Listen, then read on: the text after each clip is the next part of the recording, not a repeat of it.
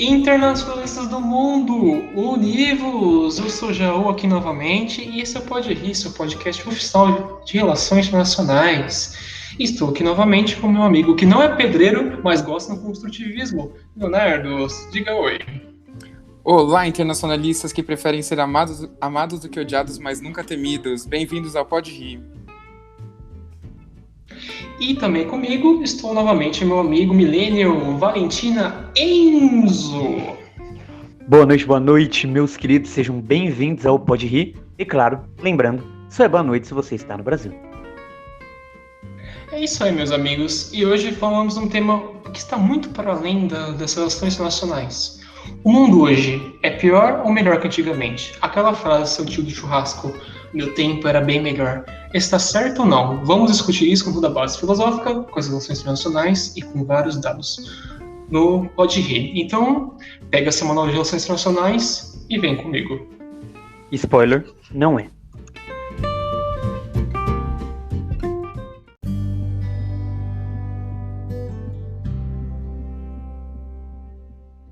Bom, como está o nosso mundo de hoje? Em 2015, 730 milhões de pessoas viviam na linha ou abaixo dela de extrema pobreza, como definido pelo Banco Mundial, de $1,90 por dia. Em 2018, apenas 51% da população ativa estava inscrita no ensino superior na América Latina. E, ao redor do mundo, ainda há países em que o gap, como é chamado pela economia, para se sair da pobreza, é de mais de 50%. Bom, como nossa opinião, acredito que pela introdução já deu para sentir que nossa opinião de fato é que o presente não é tão ruim quanto várias coisas tendem a mostrar. A gente queria deixar claro que isso leva em conta muitas questões. A gente gostaria de ressaltar as dificuldades que o mundo atualmente está enfrentando com o coronavírus e não diminuir isso de qualquer forma, mas a gente vai falar um pouquinho mais sobre a questão do coronavírus no final do podcast, e a equipe do Pode Rir gostaria de lembrar todos a necessidade de permanecerem em suas casas e a importância desse ato no presente momento.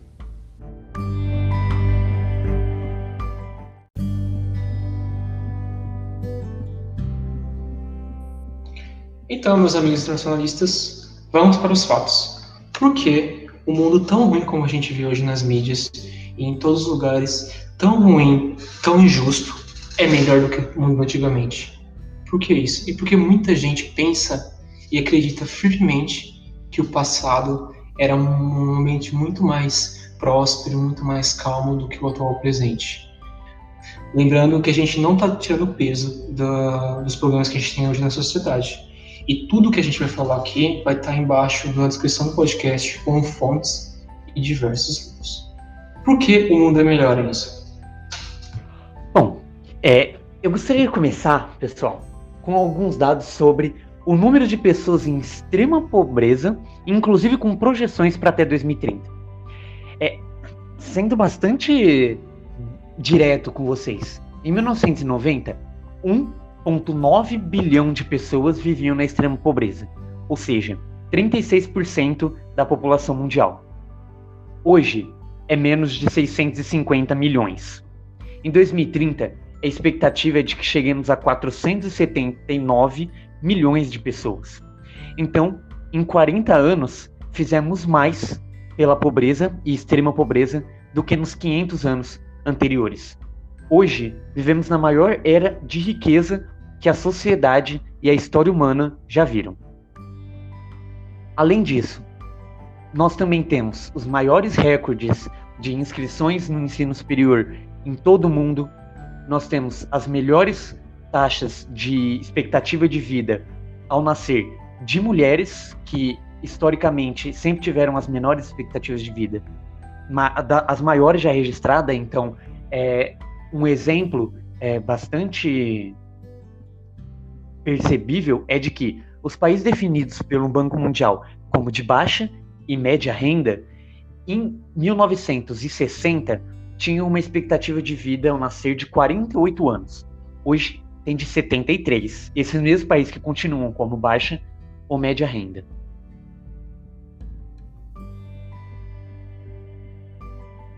Além disso, alguns comentários que eu queria fazer com vocês. Os dados mais impressionantes desse avanço do mundo se registram, portanto, principalmente na Ásia. Inclusive, por isso, abrindo um parênteses, esse fenômeno de pessimismo, ele não ocorre ou ocorre em menor porcentagem, né? Ocorre em menor proporção nos países asiáticos do que no Ocidente. Para vocês terem uma ideia, 50% do PIB mundial vai estar na Ásia em 2040. Bom, todas essas questões que já foram pontuadas, elas são muito bem reforçadas por um livro que chama O Otimista Racional, do Matt Ridley.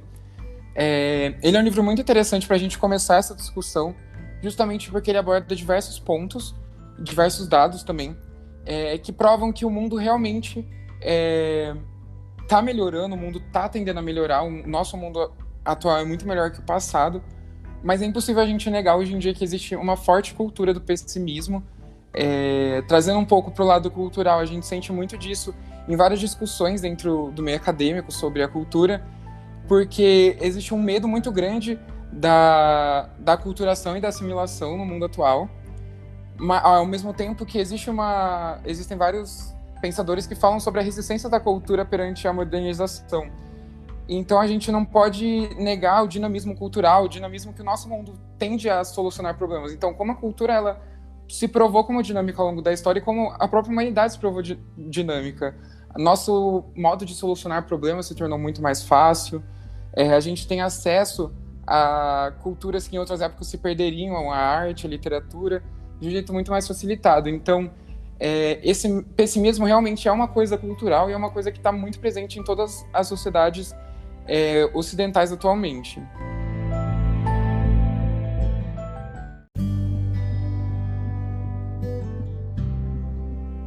Bom, entrando então na discussão um pouco mais aprofundada sobre o otimista racional do Matt Ridley, o autor, durante o livro, ele vai trazer diversos pontos que ele usa dados, inclusive, para provar que realmente melhoraram, mas um dos sinais que logo no começo ele já deixa bem claro, ele faz uma comparação entre os dados de 2005 e 1955, ou seja, 50 anos de diferença, e ele vai mostrar que a renda real per capita ela só terminou mais baixa em 6 países do mundo, sendo eles Afeganistão, Haiti, Congo, Libéria, Serra Leoa e Somália. A expectativa de vida só diminuiu um pouco em 3, na Rússia, na Suazilândia e Zimbábue, e em nenhum país do mundo a mortalidade infantil aumentou. E nesses índices que eu acabei de citar, ele inclusive pontua que nos outros países todos aumentaram significativamente, o que prova que, de fato, os dados mostram como a vida das pessoas ficou maior, a renda das pessoas também. Então, mostra que, de fato, houve uma melhoria em aspectos que as pessoas geralmente tendem a negativar dentro dos seus discursos alarmantes. Isso, além do peso do Matt Ridley, é comprovado por diversas outras obras, pesquisas, estudos. Recentemente, comparando essa percepção do pessimismo, os dados que mostram que a sociedade pessimista tem várias pesquisas alocadas em países e até continentes. Uma dessas pesquisas aconteceu na Inglaterra, em que 18 mil ingleses foram perguntados para eles se eles acreditavam que o mundo hoje era pior ou melhor. E a grande maioria disse que acreditava que o mundo era pior. E a Inglaterra, mesmo com um crescimento um desenvolvimento de vida não tão gigante, assim, não tão perceptível como outros países, como a mencionou da Ásia, sim, melhorou a sua condição de vida, melhorou a sua saúde, a sua natalidade, a sua condição de renda e por aí vai. É muito interessante essa percepção do pessimismo, como ela se expõe na sociedade ocidental, principalmente. Um ator que fala muito sobre isso é o Steven Pinker. Steven Pinker é um psicólogo e acho que neurocientista. Ele é um canadense, né, da aula dos Estados Unidos, e ele tem diversos best-sellers hoje. O livro que a gente vai trazer aqui para utilizando esses argumentos, o livro Os Bons Anjos da Nossa Natureza, que também fala sobre como a sociedade tem melhorado e por que esse pessimismo existe muito ainda no Ocidente. Um dos argumentos que ele fala da existência do pessimismo é a questão que o nosso cérebro, a nossa psicologia, ele tende a buscar na memória as coisas que estão mais frescas. Então é como se fosse um arquivo. O arquivo que está na caixa de entrada, que está primeiro, a gente pesca e olha. Obviamente, nosso cérebro não é uma caixa de entrada igual ao e-mail ou a área de trabalho igual ao computador, mas é aquilo que está mais fresco. Então, isso também é complementado com a questão da mídia. Tudo que a gente vê na mídia hoje, a gente tem um salto de informação do mundo inteiro que nenhuma sociedade teve antigamente.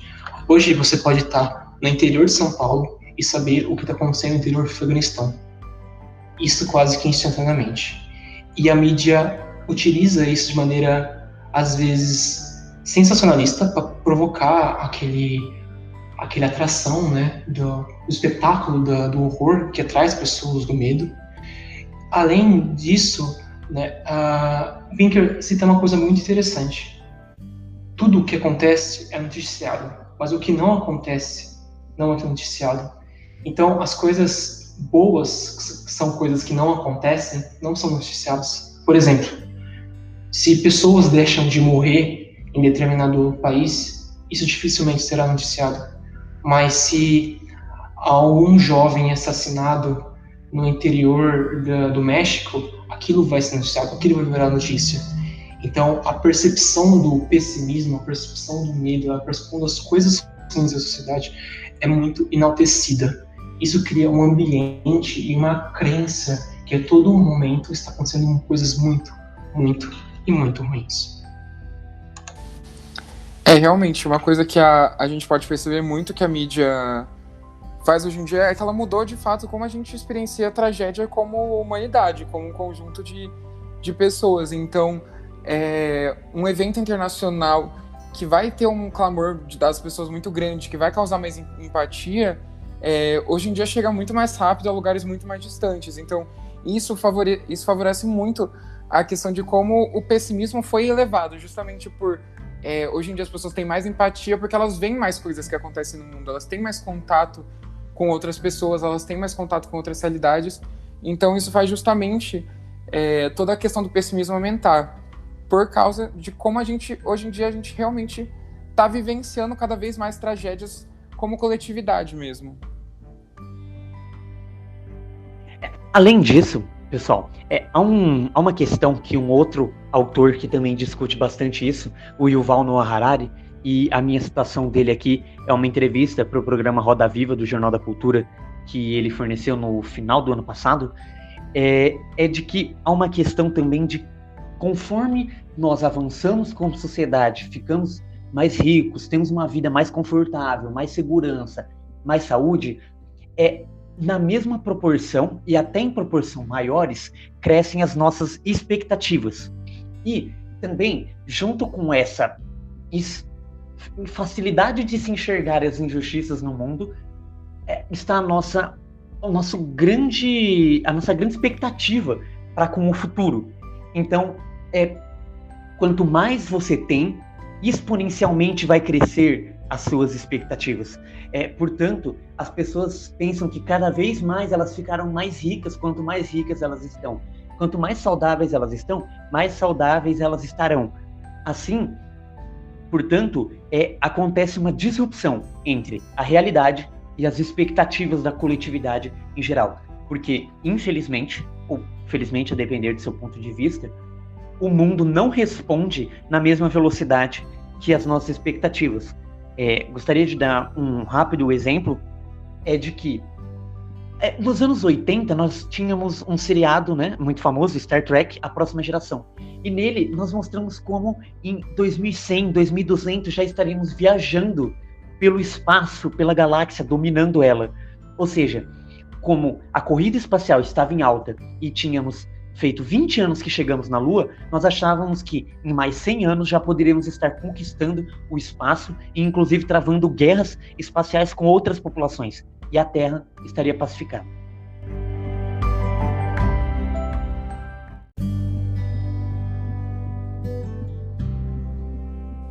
Bom, para fechar a questão da inferiorização do presente, é importante a gente pensar também não só mais no presente ou no passado, mas também olhar para o futuro. Muitas pessoas já fizeram isso, visto a grande quantidade de ficções distópicas que a gente tem. Será que o nosso futuro é um futuro do Blade Runner? Será que o nosso futuro é um Big Brother? Como que deve ser o nosso futuro? O próprio Matt Ridley, ele vai falar um pouquinho disso, e ele vai falar de 2 assuntos que ele acredita que são muito importantes para se pensar o futuro. São 2, de fato, desafios. O primeiro deles que ele cita é justamente o continente africano, sobre todas as dificuldades econômicas que o continente passa, mas isso a gente vai tratar mais um pouco para frente no balanço mundial. E tem uma questão muito importante que é tocante à questão da mudança climática, do aquecimento global, que são assuntos que estão muito em discussão e que são tratados como catástrofes mundialmente por várias mídias, por várias pessoas. Temos diversos discursos falando da importância de discutir isso, da importância de ações reais sobre isso. Então, eu queria começar essa parte do bloco perguntando para vocês como vocês acham que essa questão do futuro, como a gente deveria encarar essa questão do futuro, como vocês acham que seria a melhor forma. Eu já vou trazer minha opinião um pouco, falar que eu realmente acho que trazer o pessimismo para o futuro é a pior forma.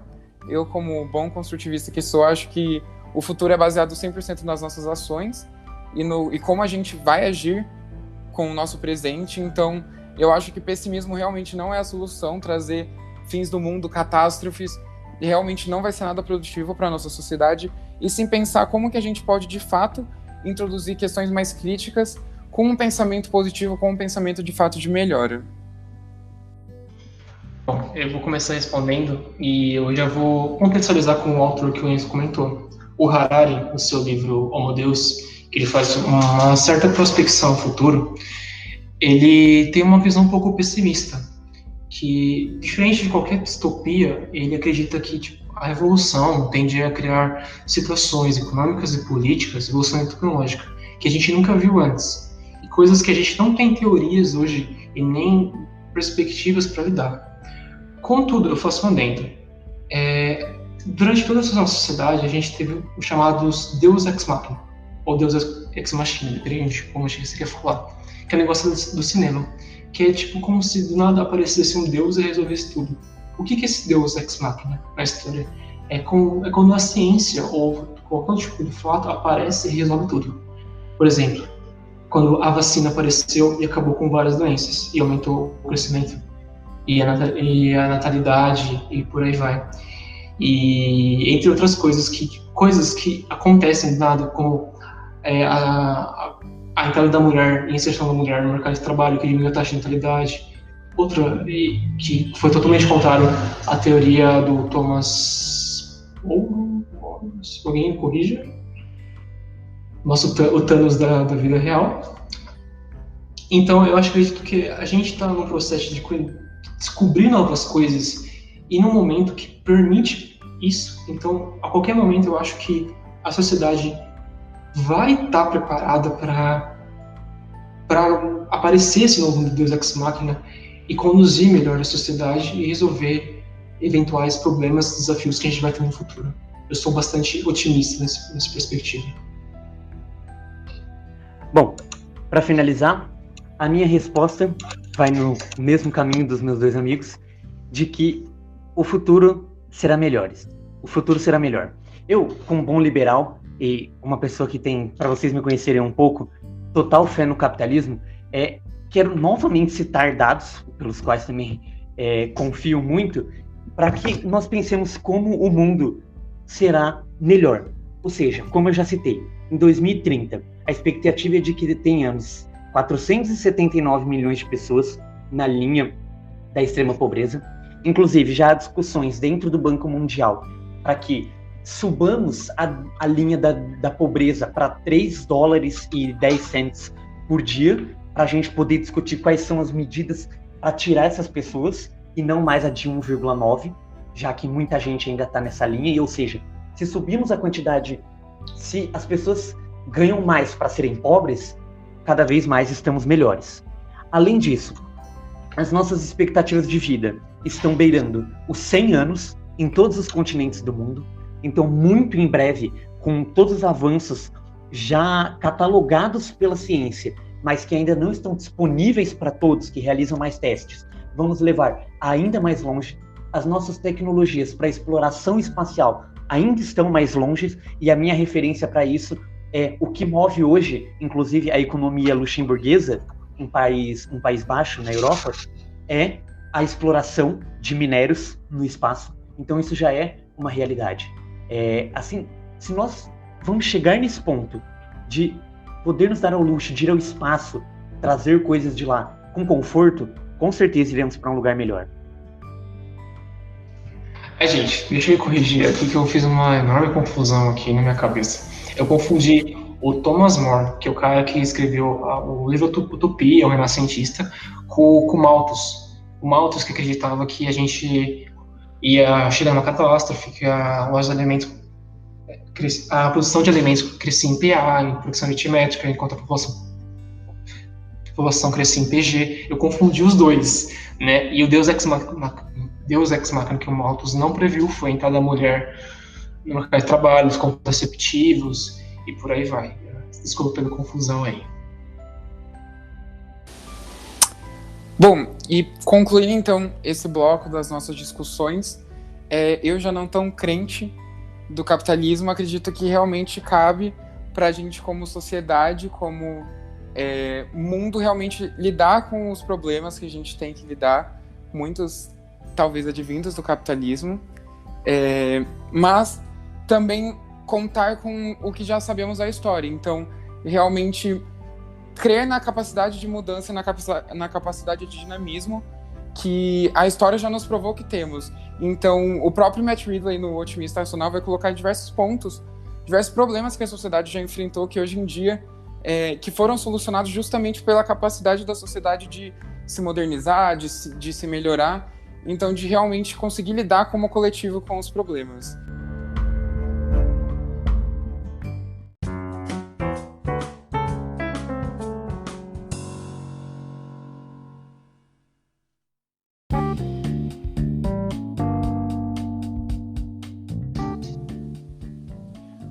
Bom, caros, partindo então justamente para o nosso balanço mundial, nosso bloco sobre o mundo e sobre as perspectivas de diversas regiões, eu vou começar então um pouco falando sobre a Europa.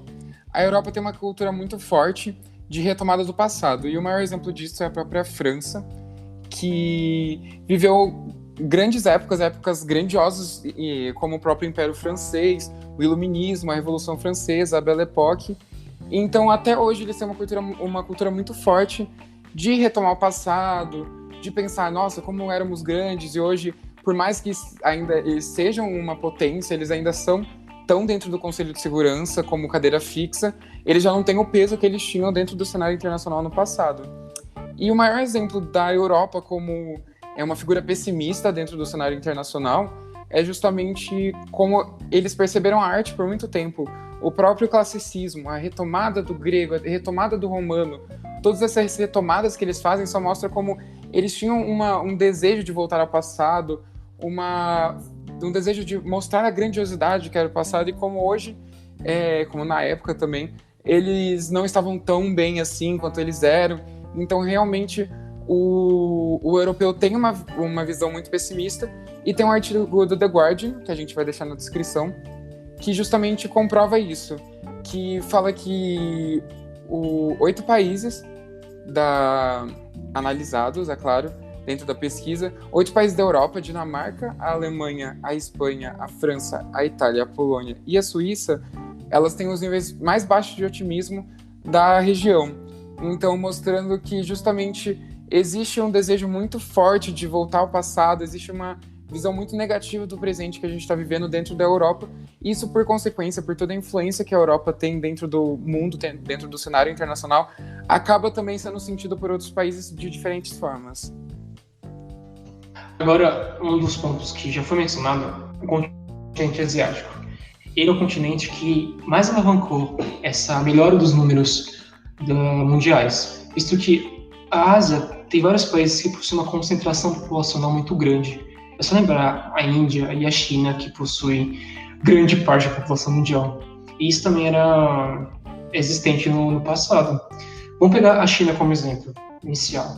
A China cresceu muito economicamente, em questão de indústria também, o que possibilitou o maior encadeamento na sociedade, que melhorou o IDH da China muito. Antigamente a China era muito lembrada pela miséria, pelo povo passando fome. A fome existe ainda na China, mas só para vocês terem dados, o IDH da China, se não estou enganado, me desculpe se eu errar, mas é um pouco maior já que o do IDH do Brasil. E um país de 1 bilhão, mais de 1,5 bilhão de pessoas, manter um IDH alto é uma coisa extremamente complexa, que o país historicamente sempre complicado socialmente. A Índia também, mesmo tendo uma parcela da população muito pobre, hoje melhorou muito. E a Índia também é um dos cotados para daqui a 30 anos ser uma das maiores potências mundiais e até cotado para ser a maior potência mundial. Agora um exemplo mais recente, mais contido, que é Bangladesh. Bangladesh é um país que tem a população de número parecido com o Brasil e já há tempos atrás, na década de 70 principalmente, era considerado um dos países com o pior desenvolvimento do mundo. E hoje é um dos países que mais cresce no mundo. As taxas de crescimento econômico chegam a 10%. Fora isso, há diversos avanços sociais. Nos últimos anos, o país tem investido muito no desenvolvimento pessoal das pessoas, em educação básica, em saúde básica. Fora que é um país que tem desenvolvido muito a questão das mulheres, a emancipação feminina, o desenvolvimento de saneamento também tem crescido muito. E é um país que está muito propenso a ser uma economia melhor, e fora disso, os níveis crescem muito nesse país. E, além da Ásia, o outro continente que sempre foi muito pautado por ser complicado é a África. Bom, agora para falar sobre a questão do pessimismo dentro da África, o pessimismo africano ele existe, ele é tão comum quanto em qualquer outro dos continentes ocidentais, mas a principal coisa que a gente pode notar é o pessimismo que vem de fora. Existe, principalmente por causa da questão da mídia ocidental, um pessimismo muito forte relacionado a catástrofes, a fins do mundo. A mídia sempre reforça quando alguma doença surge lá. A mídia realmente reforça como o povo não consegue se governar. Então, o pessimismo ele é realmente muito ligado à imagem internacional que o continente africano tem como um todo. A história nos prova que o continente africano realmente teve um crescimento mais lento e desigual que os outros continentes, mas ainda assim, o pessimismo ele tá geralmente ligado à própria questão da mídia, à própria questão de como a África ela é colocada internacionalmente. Isso porque dados comprovam que o futuro vai tender a ser bem mais positivo do que é o presente, e o presente é mais positivo do que era o passado. Então, o pessimismo geralmente é ligado com a mídia que gosta de fazer, gosta de ser sensacionalista, gosta de trazer questões de o mundo vai acabar agora por causa disso que surgiu na África. Então, a África geralmente é um continente onde essas notícias surgem, onde essas notícias são mais proliferadas. E então, comparando os dois continentes que eu trouxe, tanto a Europa quanto a África, a gente pode perceber que o pessimismo ele não é tanto ligado ao grau de desenvolvimento, mas ele é mais ligado à própria mente humana. Então, geralmente a economia é usada mais como uma desculpa para estar pessimista, mas o pessimismo realmente é algo natural humano nos continentes. Bom, para finalizar então, falando de onde nós estamos, a América, em geral, também segue o padrão mundial. No passado estivemos muito piores, hoje estamos ruins, porém estamos muito melhores do que já estivemos.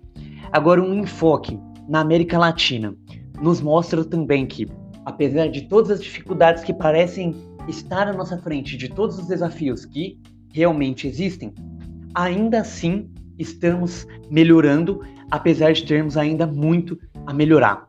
E assim, só para deixar registrado para vocês, de que nenhum país, exceto o Haiti, na América Latina inteira, tem mais de 40% de insatisfação com a sua vida nos seus países. Ou seja, isso significa sim, estamos melhorando apesar de parecer cada dia mais difícil. E para finalizar, portanto, sobre o Brasil, eu queria embasar a minha questão sobre a nossa melhoria a partir de um relato do ex-presidente Fernando Henrique Cardoso, em um de seus livros, chamado Cartas para um Jovem Político, em que ele comenta de quando ele era criança, demoravam mais de uma semana para que ele chegasse do Rio de Janeiro até o Mato Grosso. Inclusive, tinha de se ir de barco, corria-se o risco de pegar muitas doenças, serem assaltados por piratas no caminho do rio. E hoje nós viajamos com muito mais facilidade para esses lugares, temos acesso a muitas outras facilidades. Ele somente conheceu um carro com mais de 25 anos. Hoje, qualquer recém-nascido já sabe o que é um carro e pode aspirar a ter um carro. E também outra questão maçante é a representação do Nordeste, em que diversas obras na literatura, no teatro, nos mostram como o Nordeste era muito pior do que é hoje. Conseguimos muitos avanços e, se enfrentarmos corretamente os desafios que tem pela frente, continuaremos avançando.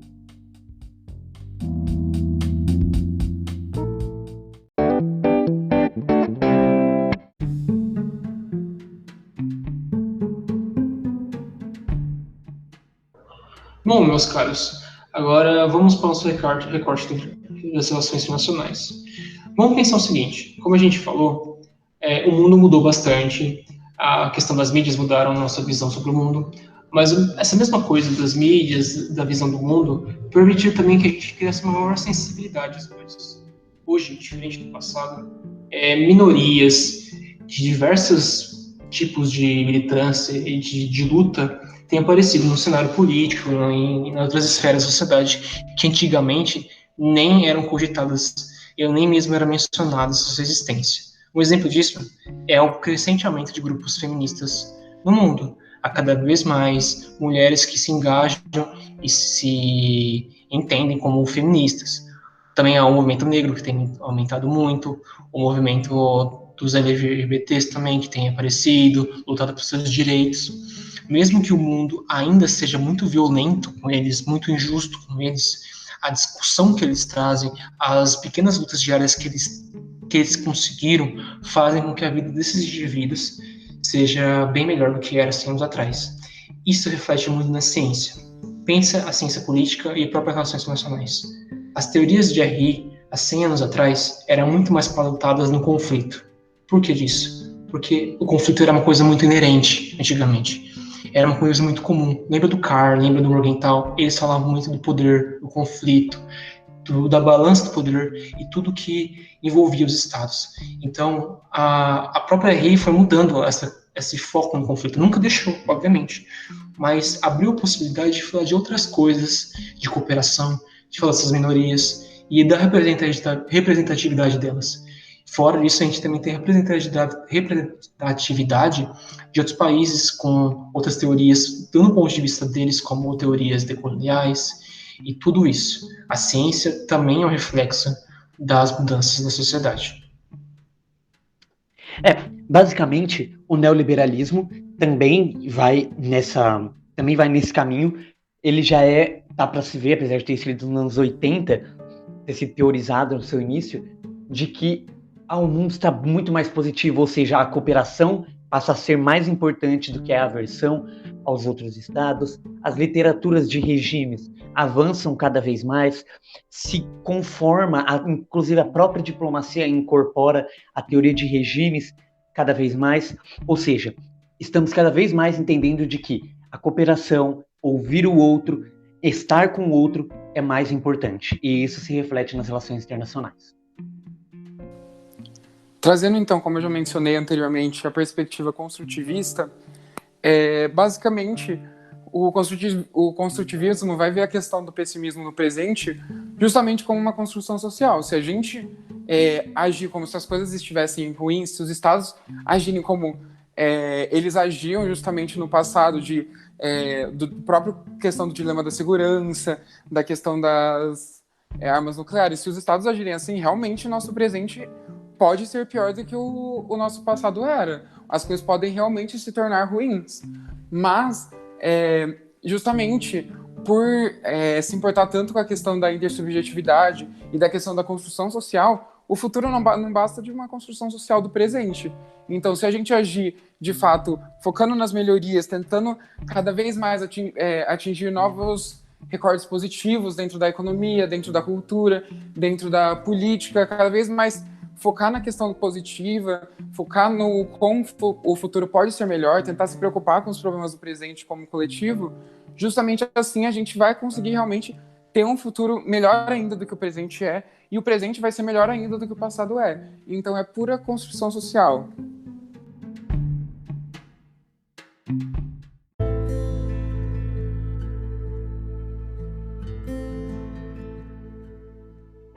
Bom, meus amigos e minhas amigas, eu acho que tudo que a gente conversou aqui nesse episódio, os dados que a gente trouxe, todas as fontes, todos os autores, a gente mostra que ser otimista não é ser um idealista cego ou um utópico.